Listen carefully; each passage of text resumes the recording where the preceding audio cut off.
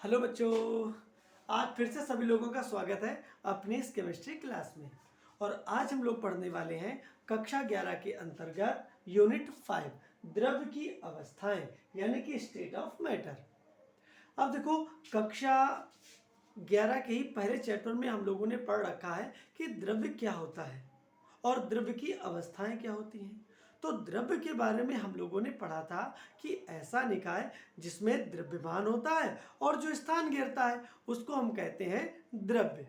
और द्रव्य की तीन अवस्थाएं हम लोगों ने पढ़ी थी। पहली अवस्था पढ़ी थी ठोस अवस्था, दूसरी पढ़ी थी हम लोगों ने द्रव अवस्था और तीसरी अवस्था हम लोगों ने पढ़ी थी गैस अवस्था। ठोस अवस्था में हम लोगों ने पढ़ा था कि द्रव्य की वह अवस्था जिसका आयतन और आकार दोनों निश्चित होते हैं उसको हम कहते हैं द्रव्य की ठोस अवस्था। दूसरी हम लोगों ने पढ़ी थी द्रव अवस्था, जिसके अंतर्गत हम लोगों ने पढ़ा था कि द्रव्य की वह अवस्था जिसका आयतन तो निश्चित होता है लेकिन आकार निश्चित नहीं होता है उसको बोलते हैं हम द्रव अवस्था। और तीसरी अवस्था हम लोगों ने पढ़ी थी द्रव्य की वह अवस्था जिसका आयतन और आकार दोनों निश्चित नहीं होते हैं उसको हम बोलते हैं द्रव्य की गैस अवस्था। तो आज हम लोग द्रव्य की गैस अवस्था के बारे में पढ़ेंगे। ठोस अवस्था के बारे में हम लोग जब कक्षा 12 में पहुंचेंगे तो पहले चैप्टर के रूप में उसको पढ़ेंगे। और द्रव अवस्था का जो चैप्टर है वो हमारा जब हम लोग सेकेंड ईयर में पहुंचेंगे तो दूसरा विलियन का जो चैप्टर है वहां पे द्रव अवस्था के बारे में पढ़ेंगे। और हाँ, आज हम लोग पढ़ेंगे द्रव्य की जो तीसरी अवस्था है यानी कि गैस अवस्था के बारे में। तो इस चैप्टर में हमें मुख्यतया पढ़ना है द्रव्य की अवस्था में गैस अवस्था के बारे में। तो हम लोग क्या पढ़ेंगे? हम लोग पढ़ेंगे गैस अवस्था।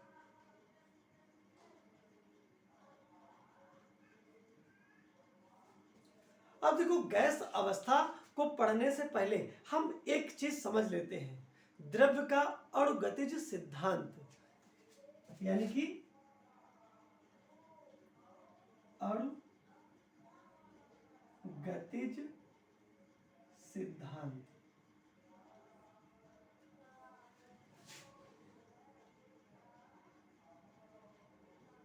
द्रव्य का अणुगतिज सिद्धांत। देखो, इस सिद्धांत में क्या कहा गया है? इस सिद्धांत में यह कहा गया है कि प्रत्येक द्रव्य छोटे छोटे अणुओं से मिलकर बना हुआ है। ठीक।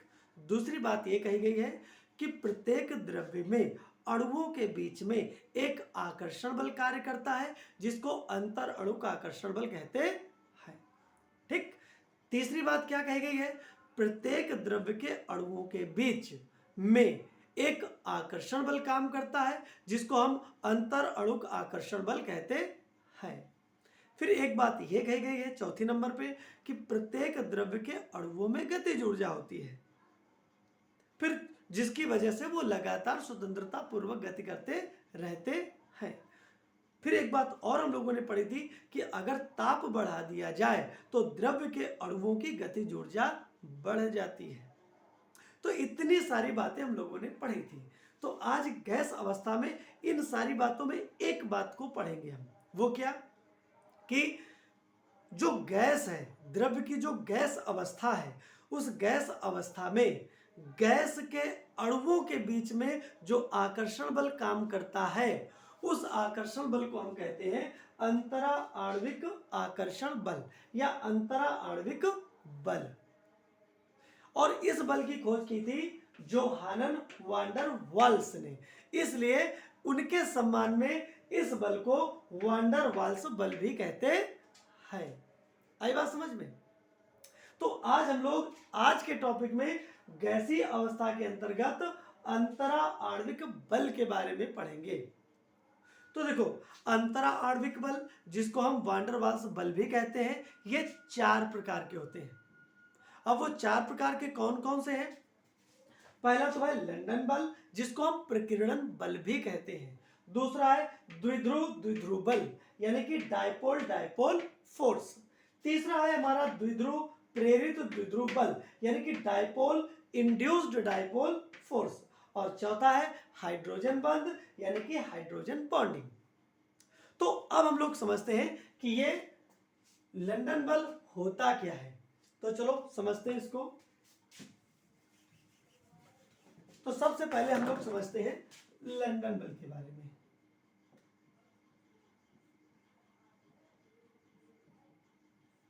देखो, कुछ गैसें ऐसी होती हैं जो परमाणुओं से मिलकर बनी होती हैं, जैसे हीलियम, नियान, आर्गन, क्रिप्टन। ये सब गैसें क्या हैं? ये सब परमाणुओं से मिलकर बनी होती हैं।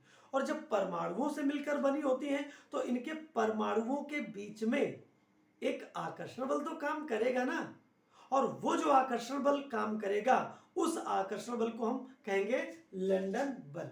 अब इसकी प्रकृति को थोड़ा सा समझते हैं। तो देखो, ये परमाणु से मिलकर बनी हुई है, तो इसमें एक नाभिक हो गया और नाभिक के चारों ओर ये इलेक्ट्रॉन हो गए। समान रूप से इलेक्ट्रॉन का ऋणावेश नाभिक के चारों ओर फैला हुआ है। ठीक, दूसरे परमाणु की बात करें तो ये नाभिक हो गया जिसमें धन आवेश, और ये ऐसे, और यहाँ पे इलेक्ट्रॉन का जो ऋणावेश है वो चारों तरफ एक समान रूप से फैला हुआ है। लेकिन जब ये दोनों पास में आते हैं तो होता क्या है? देखो, ये ऋण का ऋणावेश एक दूसरे को प्रतिकर्षित करेगा।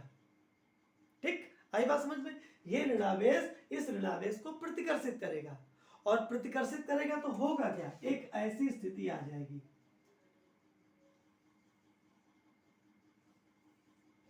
यहां पे ऋणावेश इस साइड पे ज्यादा हो जाएगा और धन आवेश इधर। यहां पे क्या होगा? ऋण आवेश यहां पे ज्यादा हो जाएगा और यहां पे धन आवेश। आई बात समझ में? जब ये दोनों परमाणु एक दूसरे के पास में आएंगे तो क्या होगा? इसका ऋणावेश इस ऋणावेश को प्रतिकर्षित करेगा, जिसकी वजह से ये ऋणावेश का घनत्व एक साइड पे आ जाएगा, जैसा कि यहाँ पे दिखाया गया है। और यहाँ पे क्या होगा? यहाँ पे भी ऋणावेश का घनत्व क्या होगा? वो इस धनावेश की वजह से इसकी तरफ आ जाएगा, जैसे यहाँ पे दिखाया गया है। तो इनके बीच में एक आकर्षण बल काम करेगा। ये जो आकर्षण बल होगा इसको हम बोलेंगे लंदन बल। आई बात समझ में? फिर इसके बाद में दूसरा आता है। दूसरा जो होता है वो होता है द्विध्रुव बल। अब देखो, एक गैस पड़ी होगी हाइड्रोजन क्लोराइड गैस। तो हाइड्रोजन क्लोराइड का मतलब क्या है? देखो, ये हाइड्रोजन और इससे जुड़ा हुआ है क्लोरीन। क्लोरीन ऋण विद्युतीय होने की वजह से इलेक्ट्रॉन घनत्व को, यानी कि इलेक्ट्रॉन के जो आवेश है उसको अपनी ओर खींच लेगा, और हाइड्रोजन के ऊपर इस वजह से आंशिक रूप से धनावेश आ जाएगा, इसके ऊपर ऋणावेश। तो एक द्विध्रुव की तरह ये काम करने लगा, यानी कि कुछ ऐसा, एक तरफ माइनस और एक तरफ प्लस, ये द्विध्रुव की तरह काम करने लगा। तो अब गैस जब एक पात्र में ढेर सारी ली गई है तो एक ही अणु तो नहीं होगा ना, और भी अणु होंगे। तो एक और अणु बना लेते हैं यहाँ पे। तो उस अणु, इसका माइनस और उसका प्लस, ये एक दूसरे को आकर्षित करेंगे ना, तो एक साइड पे, और माइनस वाला ऐसे, ऐसा होगा। तो ऐसी स्थिति में इन दोनों के बीच में जो आकर्षण बल काम करेगा उस आकर्षण बल को क्या कहेंगे? द्विध्रुव आकर्षण बल। या देखो, ये डाइपोल बन गया, डाइपोल फोर्स। तो यहां पे ये हो गया, इसको बोलेंगे हम द्विध्रुव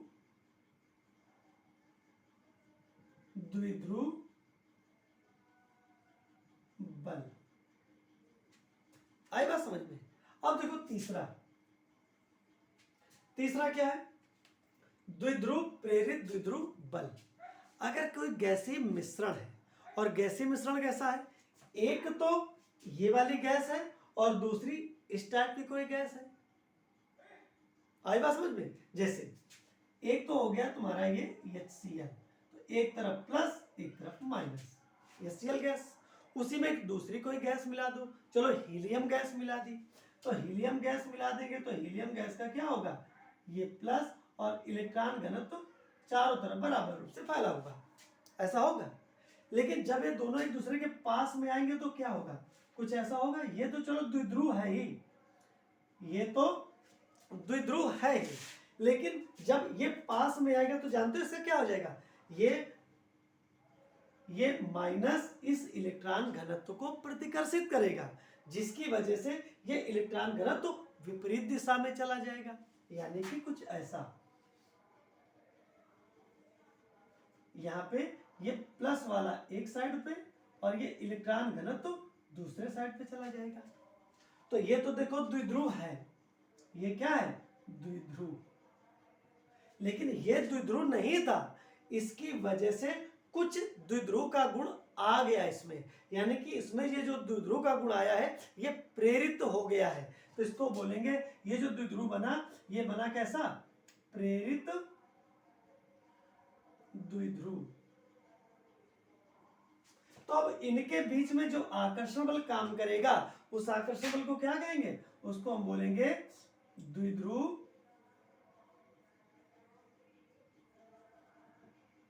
प्रेरित द्विध्रुव बल। तो आई बात समझ में। देखो लंदन बल क्या होता है, द्विध्रुव बल, द्विध्रुव बल क्या होता है, और द्विध्रुव और प्रेरित द्विध्रुव बल ये क्या होता है। इन तीन चीजों को तो हम लोगों ने समझा। अब देखो चौथा कौन सा है, यह है हाइड्रोजन बंध। अब ये हाइड्रोजन बंध की बात क्या होगी। अब देखो ये द्विध्रुव बल ही है, ये भी एक प्रकार का द्विध्रुव बल है, लेकिन ये कब कहेंगे, जब यहाँ पे हाइड्रोजन परमाणु अगर फ्लोरीन, ऑक्सीजन और नाइट्रोजन बल से नाइट्रोजन परमाणु से अगर सहसंयोजक बंध से जुड़ा है, तो वहां पे जो बना द्विध्रुव है उनके बीच में जो आकर्षण बल होगा उसको हम हाइड्रोजन बंध बोलेंगे। जैसे यह HF, तो HF को हम ऐसे लिख सकते हैं, देखो इसके ऊपर माइनस चार्ज, इसके ऊपर प्लस का चार्ज, तो यहाँ पे प्लस यहाँ पे माइनस, ये द्विध्रुव है। दूसरा एक और यही आ जाए HF, यानी कि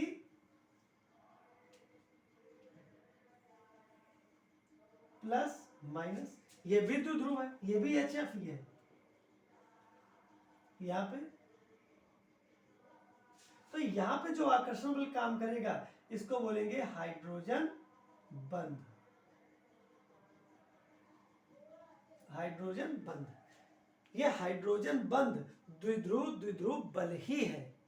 यही बल और ये बल दोनों सेम है, बस अंतर इतना है कि जब यहाँ पे ये माइनस वाला क्या हो, फ्लोरीन ऑक्सीजन नाइट्रोजन हो, और यहाँ पे हाइड्रोजन हो, तो ऐसी स्थिति में जो आकर्षण बल होगा, जो वांडर बल्स अंतराणु का आकर्षण बल होगा, उसको हम हाइड्रोजन बंध बोलेंगे।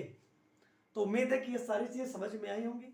तो चलो एक बार फिर से देख लेते हैं कि जो अंतरा आणविक बल होता है इसके बारे में जोहानन वांडर वाल्स ने बताया था, इसलिए इन अंतरा आणविक बल को वांडर वाल्स बल भी कहते हैं। ठीक, ये बल चार प्रकार के होते हैं, लंदन बल, द्विध्रुव बल, द्विध्रुव प्रेरित द्विध्रुव बल और हाइड्रोजन बंध। जब दो गैसीय परमाणुओं के बीच में आकर्षण बल वांडर वाल्स आकर्षण बल काम करता है, या दो परमाणुओं के बीच, दो गैसीय परमाणुओं के बीच अंतरा अणु का आकर्षण बल काम करता है, तो उसको बोलते हैं लंदन बल। फिर आता है हमारा द्विध्रुव बल, यानी कि दो ध्रुवीय अणुओं, किसी गैस के दो ध्रुवीय अणुओं के बीच कार्य करने वाला अंतरा अणु का आकर्षण बल को द्विध्रुव बल कहते हैं। ठीक, जैसे HCl गैस है। ठीक, फिर इसके बाद में तीसरा आ गया द्विध्रुव और प्रेरित द्विध्रुव आकर्षण बल, यानी कि यहां पे हम क्या बोलेंगे, यहां पे बोलेंगे जब किसी गैस में ध्रुवीय अणु और प्रेरित ध्रुवीय अणु के बीच में अंतरा अणुक आकर्षण बल कार्य करता है,